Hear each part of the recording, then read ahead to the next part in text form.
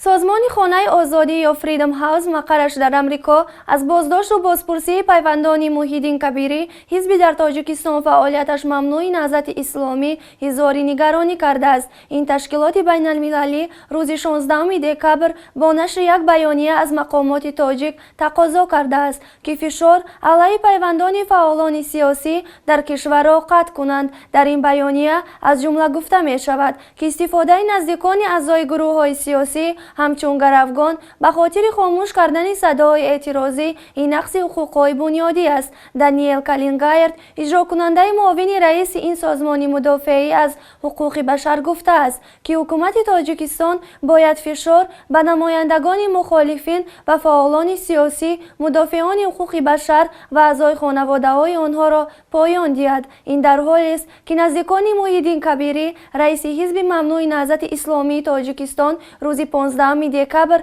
اساساً در شبکه‌های اجتماعی اعلام کردند که مقامات انتظامی ناحیه فیض‌آباد صبح 15 دکبر پدر سالخورده‌اش طلا کبیروف با شمول چندی از پیوندانشان را نیز برای بازپرسی بردند.